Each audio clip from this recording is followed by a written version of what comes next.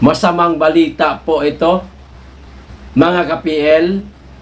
Talagang gusto po nilang subukan ang taong bayan. Usap-usapan ho kasi ngayon, di umano, sa Senado, mga ka-PL ay nagkasuhulan na para ituloy ang pagsulong nitong People's Initiative. Iilang senador na lamang di umano, mga ka-PL, ang hindi pa bumibigay. Talagang patuloy na ipinaglalaban na huwag ituloy itong People's Initiative. May paninindigan, matatapang.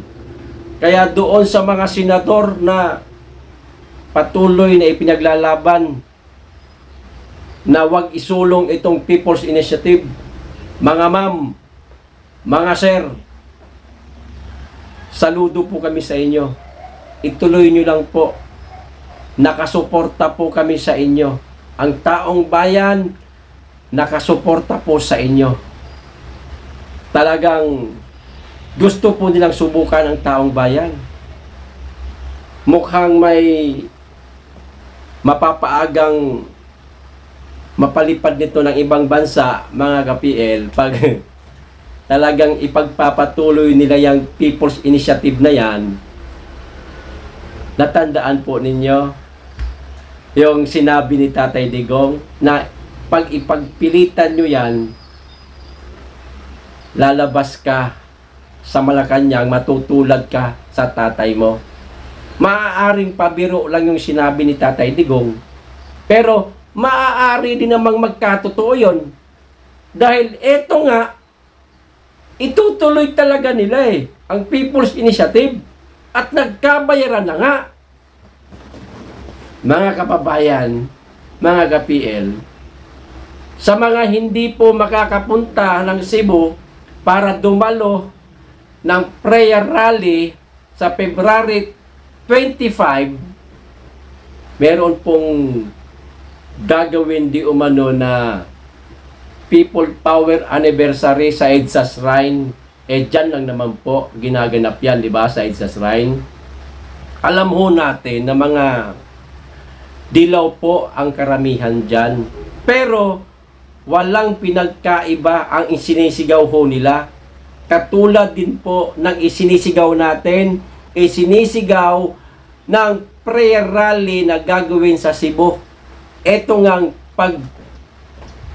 pagpapatigil sa People's Initiative. Kung hindi man kayo makapunta, dumalo po kayo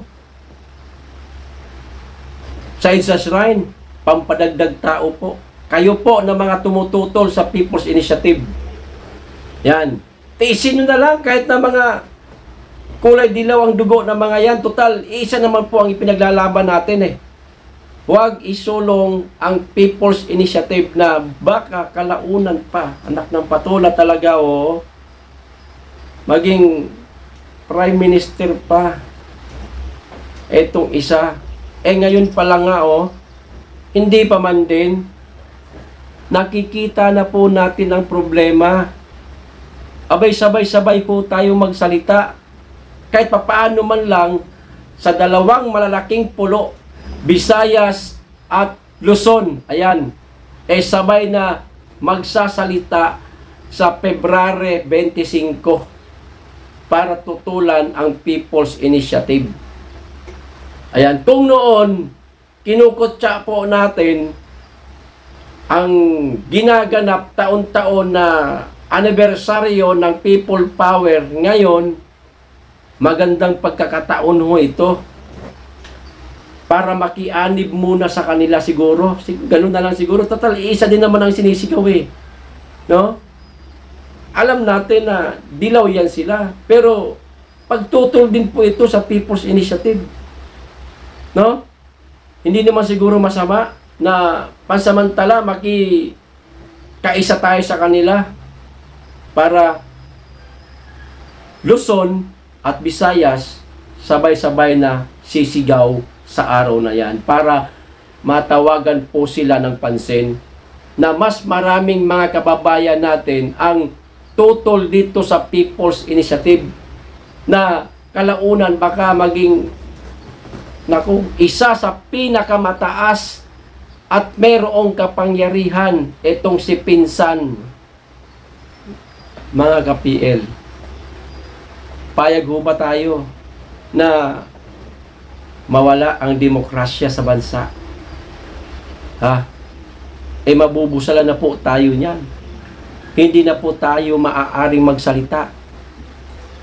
Para na lamang po tayong alagang aso. Ha? Tatahol ayon sa gusto nila. Hindi ho maaari yan.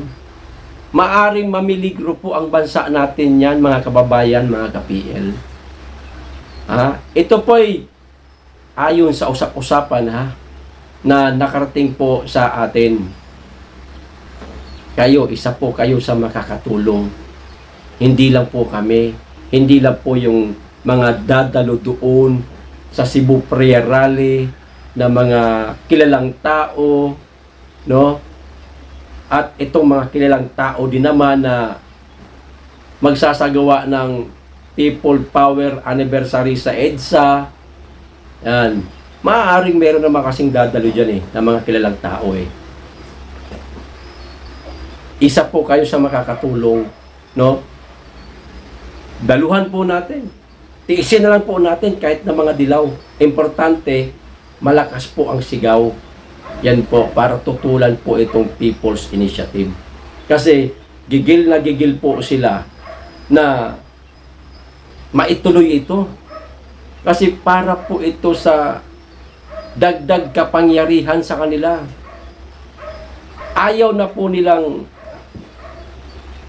mapalitan o bumaba sa pwesto. Hindi po ito ang gusto natin.